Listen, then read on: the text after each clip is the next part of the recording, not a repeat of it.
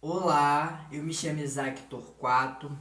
O tema do nosso vídeo de hoje é a política oligárquica. Hoje eu explicarei para vocês então, o que é essa política da oligarquia do contexto da Primeira República, que vai de 1889 até 1930, que também vocês podem encontrar por aí como República Velha ou outra Primeira República, não importa essas nomenclaturas para pensar em termos de vestibulares. Obviamente, como um historiador, falar sobre República Velha é um conceito que já está, de certa forma, atrasado. Até porque essa concepção criada lá no Estado Novo do Getúlio Vargas já não tem mais uma força historiográfica, uma força tão grande para se pensar de forma conceitual. Mas isso só para dar como um ponto de curiosidade.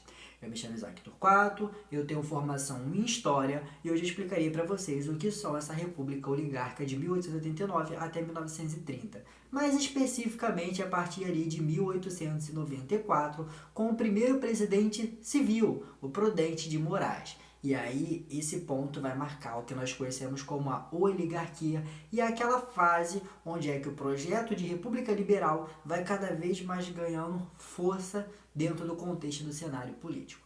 Beleza? Eu me chamo Isaac, eu tenho formação em História e hoje eu explicarei para vocês o que foi a República Oligárquica.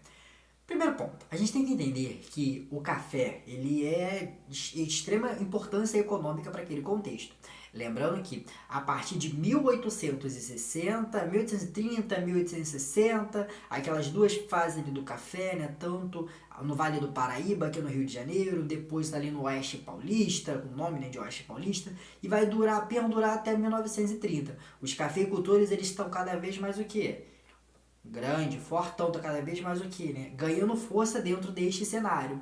E aí, pessoal, eles daqui a pouco vão querer o poder político, já que nós estamos vivendo no contexto da República da Espada, aquele período que vai de 89 a 94, do Marechal Deodoro da Fonseca, do Marechal Floriano Peixoto, aquele contexto de instabilidade política. A partir de 1894, nós temos a eleição por Prudente de Moraes. Lembrando que o Congresso, que tinha os cafeicultores, eles tinham muito embate entre essa República da Espada.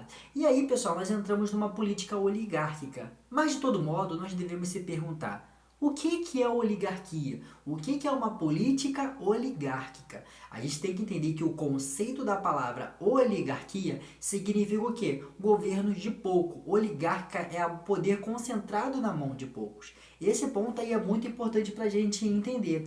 Além disso, pessoal, quem seriam esses poucos? Nós temos São Paulo e Minas Gerais, que são os maiores, né, colégios eleitorais. Cerca só de 10 a 12% da população votava.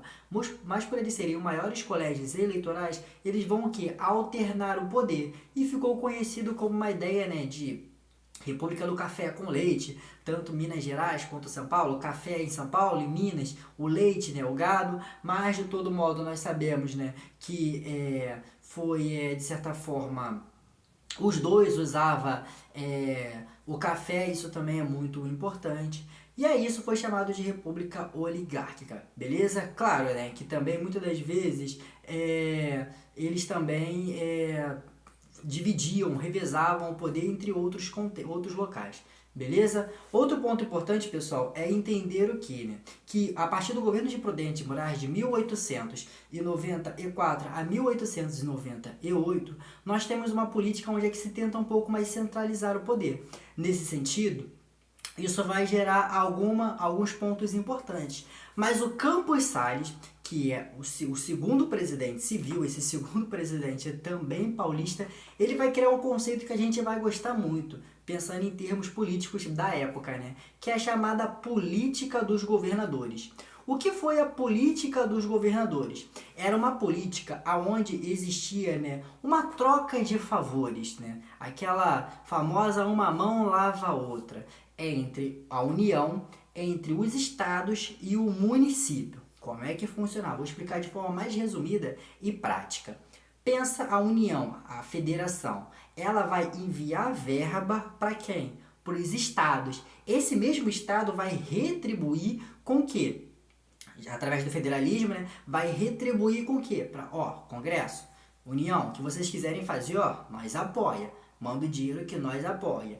E aí, o que o estado vai ter com o município? Esse município, ele vai jogar junto com o Estado, aonde ali através de forma mais centralizada, através do voto de cabresto. E é aí que nós entramos no voto de cabresto e entramos no coronelismo. O que é o coronelismo? Coronelismo é um conceito que vai surgir lá no contexto do quê?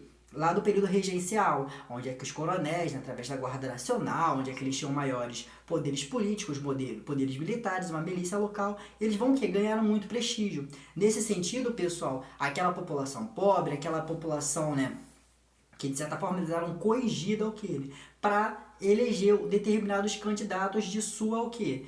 De sua influência. Lembrando, pessoal, que o voto ele era aberto, o voto não era fechado, o voto ele não existia uma justiça eleitoral. Nesse momento, o que acontece? Nós temos uma questão fraudulenta gigantesca. E aí, em troca, o que eles recebiam, essa determinada população, né, que eram lá obrigadas a votar, né, chamado de curral eleitoral, eles recebiam assistências sociais, eles recebiam algumas coisas que o que, né, fazia com que eles fossem eleitos, beleza? Esse sistema, pessoal, vai garantir cada vez mais essa concepção dessa república oligárquica.